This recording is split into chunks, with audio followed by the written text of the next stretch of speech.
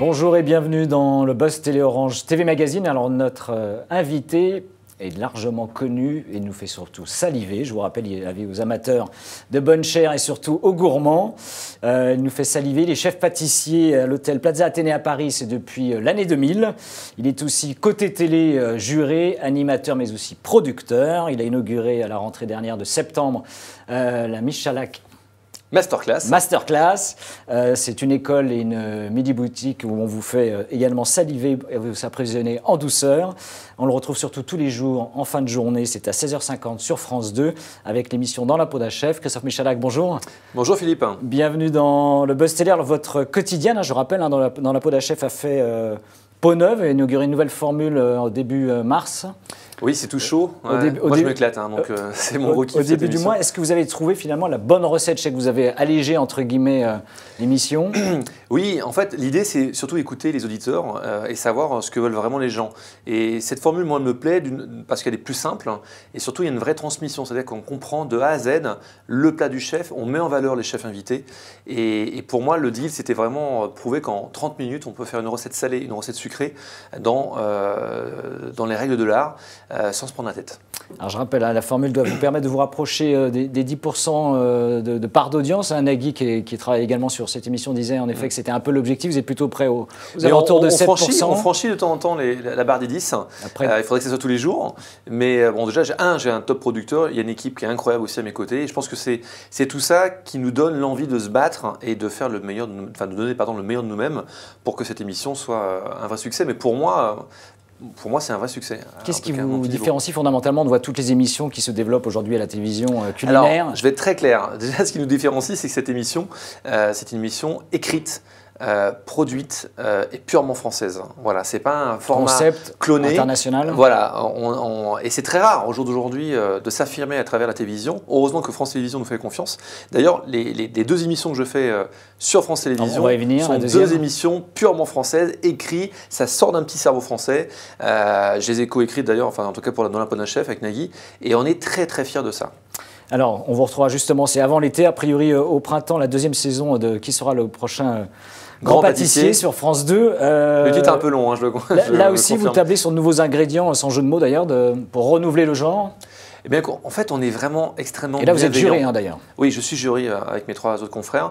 L'idée, c'est d'être vraiment bienveillant et essayer de choisir, d'élire qui sera justement le prochain grand pâtissier, mais sans esbrouf. Je mets toujours le nom bienveillance parce qu'on est vraiment extrêmement. On essaie de couver les candidats, on essaie vraiment de leur donner. Il y a quand même de la compétition. Bien évidemment, mais c'est pas du tout. Comment je pourrais dire, c'est une émission que j'aime parce qu'on transmet quelque chose. Et alors, ça, c'est important. Cette année, vous passez de 4 à 6 prime, a priori. Oui, parce que la première année a été un vrai succès, donc pourvu que ça dure. Et puis voilà, et puis je trouve que la pâtisserie doit être mise en valeur, et au jour d'aujourd'hui, c'est le moment. Donc on essaie de bien faire. Alors, on parlait des concours culinaires. Votre confrère Cyril Lignac a dénoncé il n'y a pas longtemps, on va dire, il a dit un peu l'overdose, la boulimie des émissions de cuisine à la télé. Est-ce que vous partagez cet avis? Je sais pas. Toutes les chaînes y viennent progressivement. Je suis téléphage et cinéphage, mais là, comme je travaille beaucoup, je regarde plus la télé. Moi, je me bats pour que, à un moment donné, il faut créer des émissions et pas dupliquer. C'est un peu comme les recettes. Moi, je ne me permettrai jamais de dupliquer ce qui se fait ailleurs, par respect pour mes prochains et mes pairs. Et au jour d'aujourd'hui, je trouve que la France, avec le savoir-faire qu'on a, on se doit de créer des émissions télé. Et il faut arrêter peut-être de piocher à droite à gauche, parce que toutes les émissions qu'on voit, ce sont des émissions de la BBC, d'Australie, des États-Unis. Voilà. Je pense qu'à un moment donné, on a suffisamment de jus de cervelle français pour pouvoir créer des très belles émissions. Après, il ne faut pas que ça soit à outrance. Tant que c'est dans la transmission, moi je suis fan et j'approuve. Est-ce qu'il y a un risque pour un chef comme vous de s'exposer trop à la télévision?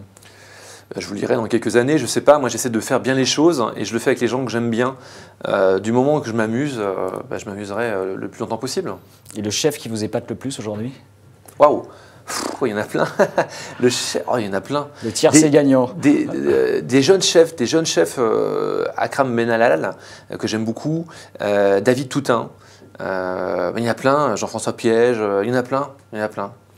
Le service public, vous parliez de France Télévisions, France 2, ça vous permet de développer des concepts qu'on ne peut pas trouver, vous pensez, sur le service privé? En tout cas, le service public, il nous donne les moyens de bien faire, et puis c'est innovant, et puis c'est culotté de leur part aussi de nous faire confiance, et de se dire, bon voilà, on ne va pas faire un format étranger, on va donner la chance aux Français. Paris de la création. Ouais, absolument. C'est la société Martange, moi, qui produit, qui sort le prochain Grand Pâtissier. Et puis voilà, enfin, c'est eux qui m'ont donné la chance aussi de faire un magnifique reportage qui s'appelait La revanche des pâtissiers il y a quelques années.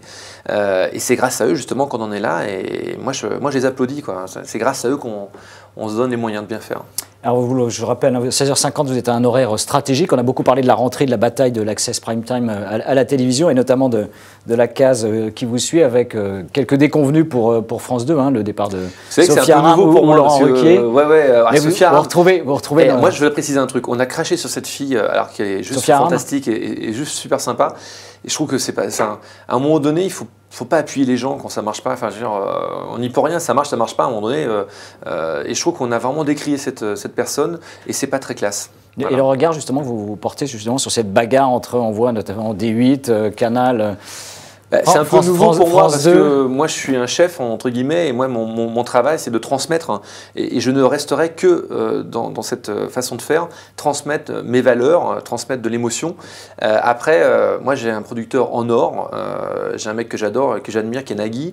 Voilà, on se bat, on essaie de bien faire les choses. Après vous savez, parfois, pour que ça marche, je ne sais pas comment il faut faire, mais en tout cas, moi, je suis très content, ça marche. Nagui, dont vous parliez, vous pensez que ça va être rude pour lui, justement, sur cette case en effet, il était un peu appelé en pompier aujourd'hui pour succéder à Ruquier. Vous savez, attendez, Sophia Aram, ça n'a pas marché, alors pourtant qu'elle était géniale. Laurent Ruquier, avec tout le talent qu'il a, il a eu du mal. C'est vraiment un Access Prime très difficile. Bon, moi, c'est mon chouchou, Nagui, donc je croise les doigts, j'espère que ça va marcher. Et je ne comprends pas pourquoi on ne regarde pas plus France 2, quoi. Mince, très belle chaîne. C'est un appel. Complètement.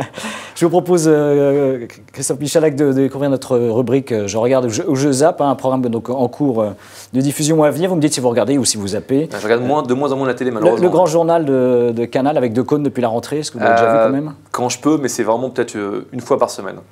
The Voice sur TF1 le week-end. Ouais, je regarde en famille. Ouais, c'est mon kiff, c'est mon petit kiff ça. Je regarde ça en famille. On parlait tout à l'heure de lui, Cyril Hanouna, D8, Touche pas à mon poste. J'adore Cyril. J'ai pas le temps de la regarder, mais quand je peux, je la regarde. J'aime beaucoup le bonhomme. Un autre genre, les anges de la télé-réalité, c'est Énergie 12, Nabila. J'aime beaucoup Jérémy Michalak, mon homonyme, mais non, c'est pas du tout ma cam, ça. D'accord, on ne parle que de l'homonyme. Top Chef sur M6, là on est plus dans votre cam. Non, je regarde pas, je regarde jamais. En fait, je regarde pas trop les émissions télé cuisine. Alors, une autre justement. Je regarde pas la mienne, parce que Masterchef sur TF1. Non. Où il prépare justement a priori quelques innovations pour la prochaine saison pour se renouveler. Non, mais je ne regarde pas, ça ne m'intéresse pas trop en fait. Norbert et Jean sur Sister. Non, c'est pas ma cam. Un dîner presque parfait sur M6, on va toutes les faire, non? Non plus. Ouais. Et le meilleur pâtissier sur M6 non plus? Non, je ne regarde pas. Et c'est des belles émissions d'ailleurs tout ça, hein. Mais c'est pas mon... Vous savez, je ne fais que travailler, donc en général, lorsque je regarde la télé, le peu de fois que je regarde la télé, j'aime bien justement le grand journal, C'est à vous, les émissions de Frédéric Lopez, voilà, j'aime m'oxygéner en fait, et j'aime pas rester dans mon travail. Pas que dans le culinaire. Non. Christophe Michalak, merci, je rappelle qu'on vous retrouve tous les soirs, tout en fin de journée sur France 2, et nous nous retrouvons dès demain avec un nouvel invité. Merci encore, très bonne journée. Merci Philippe, bonne journée. Merci.